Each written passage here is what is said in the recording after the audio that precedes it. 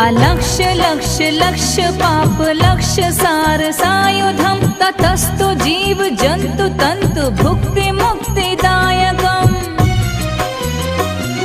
विरंचि विष्णु शंकर सखीय धाम वर्मदे त्वदीय पाद पंकजं नमामि देवी नर्मदे